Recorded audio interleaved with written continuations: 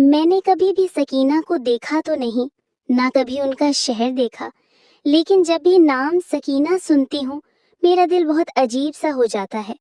ایسے لگتا ہے دل رو رہا ہے، ایسے محسوس ہوتا ہے جیسے آج بھی اس 4 سال کی معصوم سکینہ کی سسکیاں اور رونے کی آواز وہ پیاسے بابا کو پکارنے کی صدا آ رہی ہو۔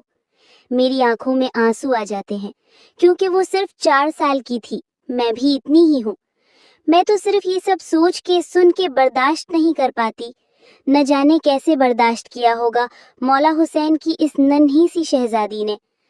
لیکن ان کے ساتھ کیا کیا نہیں ہوا، کوئی ایسا ظلم نہیں تھا جو اس معصوم بچی کے ساتھ نہ ہوا ہو۔ ان کے پیاسے بابا کو شہید کیا گیا، خیمے جلائے گئے، کانوں سے بالیاں چھینی گئی، ان کو تنہا قید میں رکھا گیا۔ ایسے وہ منظر اس 4 سال کی معصوم بچی نے دیکھا ہوگا جب پیاسے بابا کو ذبح ہوتے دیکھا ہوگا۔ میرا سلام ہو بی بی سکینہ آپ پر، آپ کے صبر پر۔ کیسا نصیب تھا مولا حسین کی سکینہ کا، جس کا بابا بھی مارا گیا، پھر خیموں کو آگ لگائی گئی۔ وہ دکھ کیسے سہا ہوگا سکینہ نے۔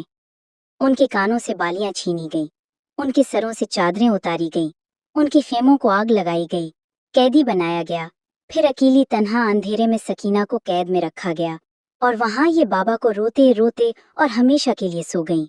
میرا سلام ہو بی بی آپ کے صبر پر۔ میں سوچتی ہوں اتنا بھی کوئی کم سن بچی پر ظلم کیسے کر سکتا ہے۔ جب یہ سوچتی ہوں تو دل اور روح کانپ اٹھتی ہیں۔ میں دعا کرتی ہوں بی بی کبھی ایسا کسی بچی کے ساتھ نہ ہو جیسا اس 4 سال کی معصوم سکینہ کے ساتھ ہوا۔ اللہ جانے مولا حسین کی اس بیٹی کا نصیب کیسا تھا جس پر اتنے ظلم ڈھائے گئے۔ اتنے دکھ کے باوجود ان کی زبان پر شکوہ نہیں تھا۔ وقت کتنا ہی گزر جائے، آج بھی اس معصوم کی یاد زندہ ہے۔